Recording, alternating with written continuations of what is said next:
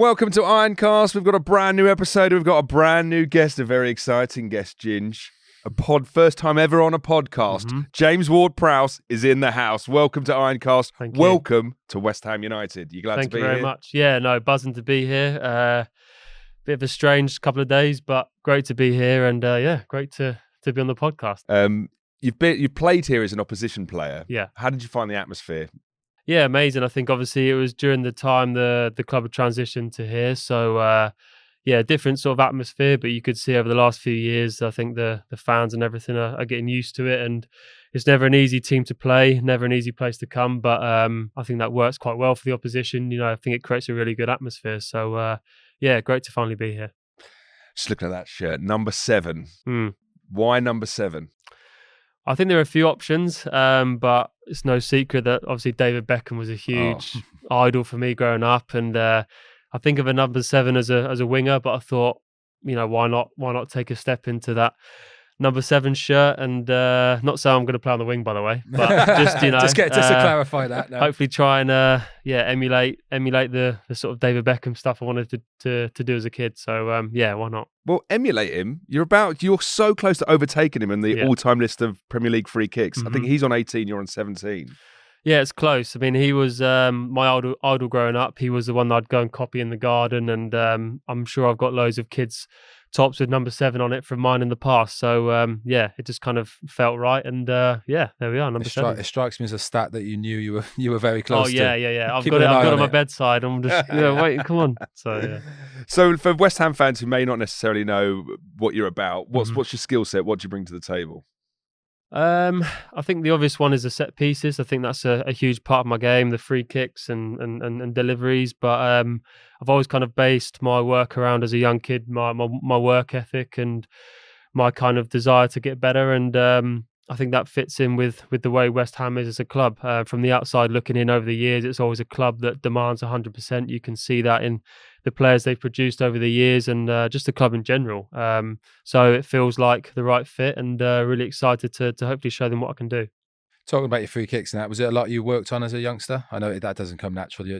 We all know how good your delivery is. Did a lot of hours go into that to get as good as you are? Yeah, it was. It was my mum, bless her, shouting to come in for dinner, and I was hitting one more. Now I've got the same problem trying to get my little one in. So it's something I practiced as a kid, and like I said, it was the first thing I wanted to go out in the garden and copy, and it's paid off now. So every time mum moans at me, I think, well, hang on, look at me now. It's all worth it. So well, we were blessed when I was playing with Dimitri Payet. You know, it was an unbewillible free kick taker. Obviously, you're better. I'm not just saying it because you sat next to us. Our new signing, but the West Ham fans. I remember when Dimmy used to score free kicks. I love it. So. You know, I'm sure they're all super excited to see you step over a free kick out on the pitch there. Yeah, Pep Guardiola's described you as the best free kick taker he's ever seen in his life. Have you heard that quote? I have heard that. Yeah, it's pretty big praise, bearing in mind the players he's worked with. But I don't think I'll be satisfied until I'm past Beckham's record, and then I can sort of start to believe that a little bit more. But I think Messi's still got the stats to overall everyone. So. If I lose it to him, then fair enough. I think if Pep said a stat about me like that, I think I'd have it on as my ringtone on my phone or something like that. And just so it's on constantly. Do you know what I mean? So you're coming from Southampton, obviously you've been with Southampton since the age of 8, but I read that you spent a little bit of time training with Havant and Waterlooville, essentially because you wanted to get toughened up and kicked around and shouted at. Is that right? Yeah, I wasn't maybe the toughest player as a kid. That was probably one of the weakest parts of my game. So my dad decided to reach out to Havant and Waterlooville. It was a team that I used to go and watch quite often as a youngster, just to be in and around men's football and to see the bad language, the way it is, just to get you ready for it. Because I think all those experiences can help you then when you step into the men's senior team at 16, 17. You need to be able to adapt quickly. It was interesting to say the least, but made me grow up so much quicker and prepare me to play Premier League football a lot younger. Well, it seems to work because you're pretty much in the Southampton team straight from the off at 18, was it? You got in 16. Younger, 16, younger. Yeah, so obviously, 16. Thank your dad for that. Because it obviously worked a treat. No, it was good. I think, like I said, I wasn't the toughest, so I needed to go right at that sort of tough end of the spectrum and be ready for what was to come. Should just go on a night out in East London. That would have done that. Yeah. You mentioned leadership as part of your kind of skill set, and you were made captain at Southampton at 25 years old. Is that leadership something you've had your whole life? I mean, that's quite a brave decision to go train non-league. Have you always had those strong kind of leadership skills? Yeah, I would say so. From when I was younger, it's something I enjoyed. I love the responsibility and to have that role and to try and lead in different ways. I think some people like to be more vocal and things like that, but mine's more about leading by example and trying to bring others with me in the way that I work. So I think that's the most effective form of leadership, and hopefully I can have an impact with that here. One of the things you're famous for is your goal celebration, the golf swing. I mean, I'm sure Ginger's going to crowbar in the fact he's got a handicap of 4. Fine. Wow. Well, I didn't want to mention it, but now we are talking about it. Yeah.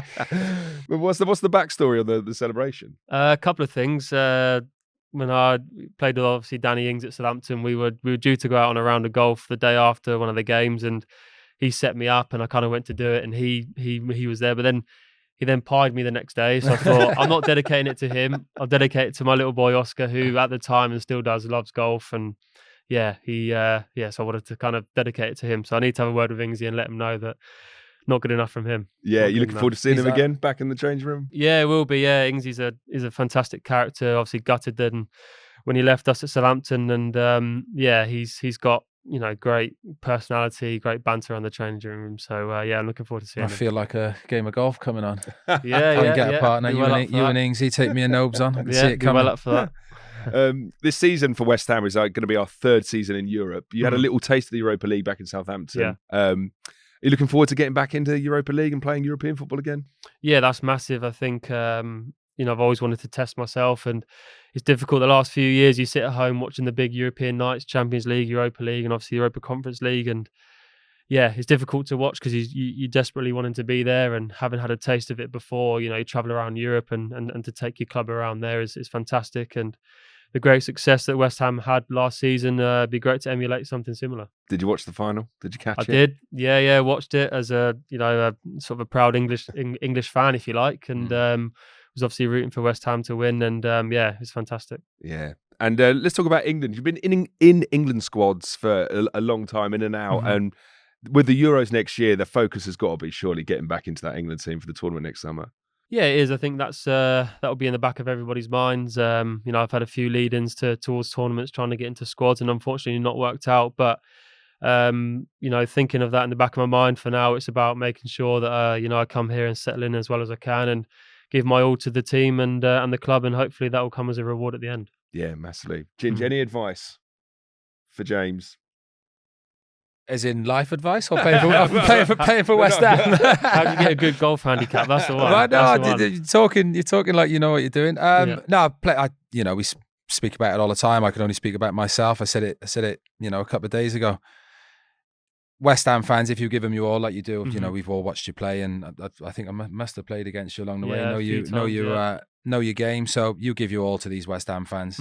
You might not have the best of games, but if you're working hard and showing the willing for this football club, they are the best fans in the world. And when they get behind you, when they get a love for you, I finished a long time, 5 years I've been finished, and still got a great relationship. I think because of the way I played, passion, play for the badge, and these fans will carry you a long way. They're the best fans in the world. They really are. Yeah. No, that's great. Yeah, I'm so excited about us getting a free kick.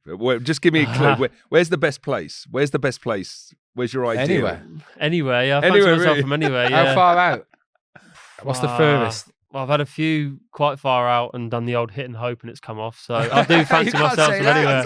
Well, I've got to give some inspiration to everyone else, but that is the old adage, isn't it? Years of practice, and he's just come out with hit. I think you earn your luck sometimes with them. True, so there you go. Yeah, it's such a big thing. I remember when we played Southampton last season. I think that we may have considered a couple of free kicks, and you're like, "Oh no!" Yeah. Oh God, like, I'm so glad you're on our team. It's like having a penalty, though, isn't it? When it feels like when you stood over the ball, it feels like you've got a penalty because it's inevitably a goal. Yeah, I'm going to think of you two now. The first free kick. I'm like, here we go.